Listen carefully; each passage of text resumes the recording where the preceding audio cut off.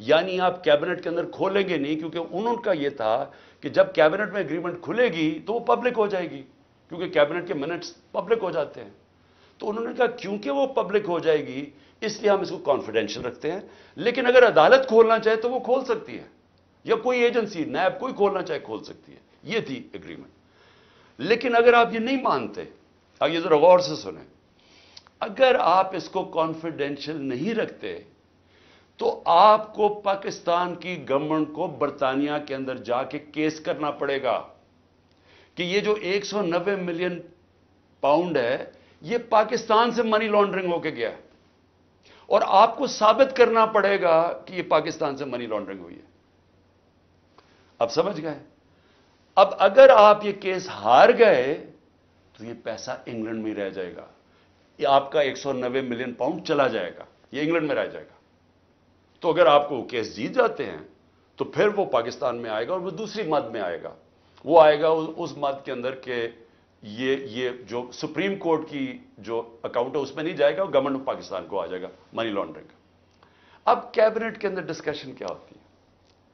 ہمیں بتایا جاتا ہے کہ $100 ملین پاکستان لٹیگیشن میں، یعنی ہم وکیلوں کو دے بیٹھے ہیں اور پیسہ ڈوب چکا ہے $100 ملین، اور کچھ نہیں ہمیں ملا واپس۔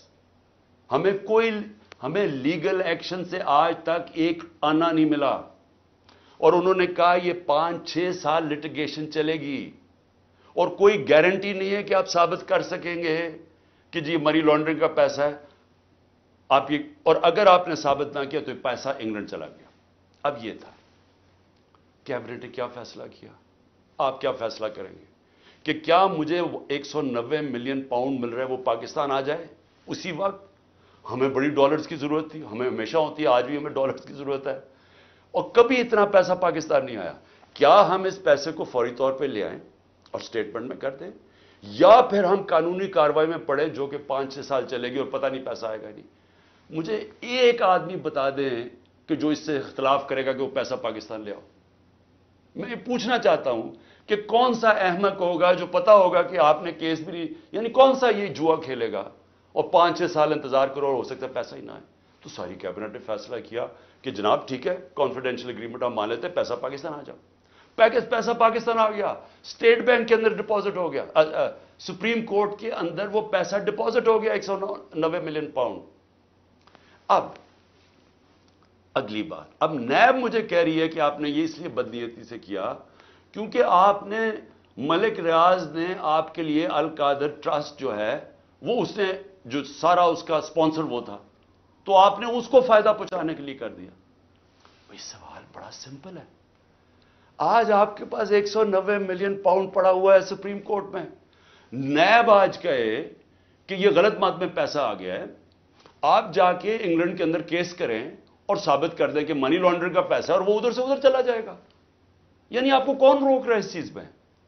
کیونکہ آپ نے صرف ثابت کرنا ہے کہ منی لانڈرنگ کا پیسہ، جا کے کیس کر کے کر دیں، پیسہ تو پاکستان آ گیا، تو کون چیز کیا آپ کو روک رہی ہے؟ اگر آپ یہ سمجھتے ہیں کہ غلط مد میں چلا گیا تو آپ کے پاس تو اپرچونٹی ہے، نیب تو کوئی کر سکتا ہے، کیوں نہیں کیا ابھی تک کیس؟ صرف مجھے ذلیل کرنے کے لیے، اور یہ کہہ رہے ہیں کہ مجھے ذاتی طور پہ فائدہ ہوا۔ اب القادر کیا ہے؟ میں نے یہ فیصلہ کیا تھا کہ جب بھی مجھے اللہ نے موقع دیا، 2 چیزیں میں نے کی۔ رحمت للعالمین اتھارٹی سیٹ اپ کی کہ میں اپنے بچوں کو سیرت نبی اسکولوں سے شروع کریں، ریسرچ کروائیں، ہمارا کیریکٹر بلڈنگ شروع ہو، ہماری اخلاقیات بالکل ختم ہو چکی ہے، اس کو ہم اٹھائیں اپنے نبی کی سیرت کے ذریعے۔ اور دوسرا میں نے یہ یونیورسٹی رحمت للعالمین اتھارٹی، اور یہ دوسرا یونیورسٹی کا سوچا، القادر یونیورسٹی، جس میں ہم نے کوشش یہ کی کہ سیرت نبی کے اوپر ہم ریسرچ کریں، انٹرنیشنل سکولرز کو میں نے انگیج کیا، اور پھر ٹیکنالوجی بھی پڑھائی جائے بچوں کو۔ یہ اس کا مطلب تھا کہ ماڈرن ٹیکنالوجیز بھی پڑھائیں، آرٹیفیشل انٹیلیجنس ایسی، اور ساتھ ساتھ اپنی لیڈرشپ ڈیولپ کریں سیرت نبی کے اوپر، ان کے کیریکٹر کے اوپر، اور لوگوں کو تیار کریں۔ میری جو بیوی بشرا بیگم، ان کے اوپر وارنٹ نکال دیے گئے، کس چیز کے؟ کہ وہ ایک ٹرسٹی ہیں، ان کو میں نے ٹرسٹی رکھا۔ کیوں ٹرسٹی رکھا؟ کیونکہ سیرت نبی میں ان کو انٹرسٹ ہے، انہوں نے بڑی پڑھا ہوا ہے اس چیز کے اوپر، انہوں نے پڑھا، یعنی وہ ان کا شوق ہے کہ یہ سیرت نبی پھیلائی جائے، تو اس کو ٹرسٹی رکھ دیا۔ ٹرسٹی کو لکھا ہوا ڈیڈ میں نہ ایک آنا مل سکتا ہے، نہ ان کی تنخواہ ہے، نہ کوئی پیسہ مل سکتا ہے، نہ ان کا پراپرٹی میں کچھ ہے، ان کا کوئی تعلق نہیں ہوتا۔ ٹرسٹی کا صرف کام ہوتا ہے کہ جس وجہ سے ٹرسٹ بنا تھا، مثلا شوکت خانم ہے، تو شوکت خانم اگر غریبوں کا 75% مفت علاج ہونا تھا کینسر کا، تو یہ نہ ہو کہ وہ 50% کر دے، یعنی اس لیے ہوتا ہے ٹرسٹ، جو پالیسیز ہوتی ہیں وہ، باقی پروفیشنل چلایا جاتا ہے، چاہے وہ القادر ہو، چاہے نمل یونیورسٹی، چاہے شوکت خانم ہو۔ نہ مجھے 1 روپے کا فائدہ آج تک شوکت خانم سے ہوا ہے، نہ نمل یونیورسٹی سے ہوا، اور نہ القادر سے ہوا، کیونکہ القادر ایک پروفیشنل اب وہ چل رہا ہے، وہاں سارے بچوں کو مفت تعلیم مل رہی ہے، جو بھی القادر میں پڑھ رہے ہیں سب کو مفت مل رہی ہے، اور ان کو جس طرح میں نے آپ کو کہا کہ اس کا مقصد کیا، یہ کہہ رہے ہیں نیب کہ مجھے ذاتی طور پہ فائدہ ہوا، کدھر؟ اچھا، کیونکہ پیسے کا تو کوئی بتا نہیں سکتے، مجھے کیا پیسے کا فائدہ ہوا؟ تو کہہ رہے نہیں سیاسی طور پہ آپ کو فائدہ ہوا، کہ جس طرح القادر سے میری سیاست جم گئی۔ یہ ہے کیس۔ میں صرف آپ کو یہ بتانا چاہتا تھا کہ اتنا پروپیگنڈا ہو رہا ہے، لوگوں کو بتا، 4.5 گھنٹے مجھے نیب میں بٹھایا، اور بار بار یہی پوچھتے رہے کہ جی دیکھیں آپ کو تو اس سے بڑا فائدہ ہوا ہے۔ اور ملک ریاض کو آپ نے کیوں کیا؟ بھئی ملک ریاض کو اس لیے کیا کہ پاکستان کے سب سے بڑا بلڈر ہے وہ ہے ملک ریاض، اور ملک ریاض میرا کیا انٹرسٹ تھا، وہ اس کے پاس جو موبلائزنگ اکوپمنٹ ہے وہ سب سے تیزی سے کام کرتا ہے، یعنی وہ اگر آپ اسے کہے کوئی اتنی تیز کام نہیں کرتا جتنا ملک ریاض کی کنسٹرکشن کرتی ہے۔ میرا انٹرسٹ کیا تھا کہ وہ جلدی سے سیٹ اپ ہو القادر، جتنی جلدی سیٹ اپ ہو، اور میں اگر پرائم منسٹر تھا میں ان کو فائدہ پہنچا سکوں، انٹرنیشنل اسکالرز لا سکوں ہوتے ہوئے اس وقت، میرا تو صرف یہ انٹرسٹ تھا۔ اور مجھے اس سے کیا انٹرسٹ ہے؟ جس طرح ہر سال شوکت خانم میں 9 ارب روپیہ اکٹھا ہوتا ہے، تو کیا وہ میری ذات کے لیے ہو رہا ہے؟ اس لیے میں چاہتا تھا کہ میں آپ کو کلیئر کر دوں کہ جس طرح کی کوششیں کی جا رہی ہیں، اور مجھے جو انہوں نے پکڑا تھا نیب میں، وہ اتنی بدنیتی تھی کہ انہوں نے 28 کو ایک دم میری جو انکوائری کو انویسٹیگیشن میں بدل دیا، مجھے انکوائری رپورٹ ہی نہیں دکھائی، اور 28 کو انکوائری سے انویسٹیگیشن کرتے ہیں، 1 تاریخ کو میرا وارنٹ نکال دیتے ہیں، اور مجھے پتہ ہی نہیں ہے کہ قانون کہتا ہے کہ انکوائری میں میرا جواب آنا چاہیے۔ اور جس دن میں اٹھاتے ہیں مجھے وہاں سے رینجرز آ کے، مجھے جس آپ کے سامنے جو طریقہ انہوں نے اختیار کیا مجھے اٹھانے کا، اس دن میں بیل لینے کے لیے بیٹھا ہوا تھا، کیونکہ ہمیں اخباروں سے پتا چلا کہ انہوں نے انویسٹیگیشن کر دیا، کوئی انصار عباسی کا آرٹیکل آیا 30 اپریل کو، تب ہمیں پتا چلا کہ انہوں نے انویسٹیگیشن کر دیا۔ میرے وکیل نے لکھا لاہور اسلام آباد ہائی کورٹ کو، یہ کیا مذاق ہو رہا ہے؟ تو میں اس دن اسلام آباد ہائی کورٹ اس پہ جا رہا تھا عدالت میں، جب انہوں نے ادھر سے اغوا کر کے باہر لے گئے اور پکڑ کے، جب میں جب جیل میں پہنچا تو پہلے ہی دفعہ تب انہوں نے مجھے انکوائری رپورٹ دکھائی۔ تو یہ تھا سارا ڈرامہ، میں نے کہا آپ سب کو بتا دوں۔ آخر میں اپنی ساری قوم کو کہنا چاہتا ہوں کہ دیکھیں یہ جو برا وقت ہے یہ ایک اللہ کا نظام ہے، اس میں ہمیں صبر کرنا چاہیے، کوئی ہمیں اس میں دل برداشتہ نہیں ہونا چاہیے۔ قوموں کی زندگیوں میں یہ مشکل وقت آتے ہیں، اور کئی میرے لوگ بہت مشکلوں سے گزر رہے ہیں، لیکن باقی ساری قوم کو میں ایک چیز کہنا چاہتا ہوں، اپنے ذہن میں ڈال لیں کہ اس طرح کی غلامی، یہ شذیدیت، اس طرح کی غلامی کو قبول کرنے سے بہتر ہے مر جاؤ۔ اللہ نے آزادی کو کیوں اتنا بڑا رتبہ دیا؟ کیوں جو انسان اپنی آزادی کے لیے لڑتا ہے اللہ نے اور مرتا ہے تو اس کو شہید کہتا ہے، اور جو بچتا ہے اس کو غازی کہتا ہے۔ پیغمبروں کے بعد شہید کا سب سے بڑا رتبہ ہے، کیوں ہے؟ کیونکہ اللہ نے آپ کو بتایا ہے کہ انسان آزاد میں نے پیدا کیا ہے، لا الہ الا اللہ، وہ کسی انسان کی غلامی کے لیے نہیں، اس نے ہمیں پیدا کیا۔ یہ جو ہمیں غلامی کروا رہے ہیں کہ پکڑ کے جناب دبا کے، گلا دبا کے، اور کہیں کہ جناب میں تحریک انصاف چھوڑ رہا ہوں، اس لیے نہیں پیدا کیا۔ اور قوم جب ظلم کے سامنے سر جھکا دیتی ہے، خوف کے بت کے سامنے جھک جاتی ہے، وہ قوم تباہ ہو جاتی ہے. اس لیے حوصلہ رکھنا ہے. آپ کا کپتان جب تک اس کے اندر خون ہے وہ کھڑا ہے. آخری گیند تک لڑنے والا کیپٹن ہے آپ کا. ہار ماننے کا سوال پیدا ہی نہیں ہوتا. جو بھی یہ کریں گے میں اس کے لیے تیار ہوں. اسی قوم کو بھی میں یہ کہنا چاہتا ہوں کہ آپ نے کسی صورت ہار نہیں ماننی.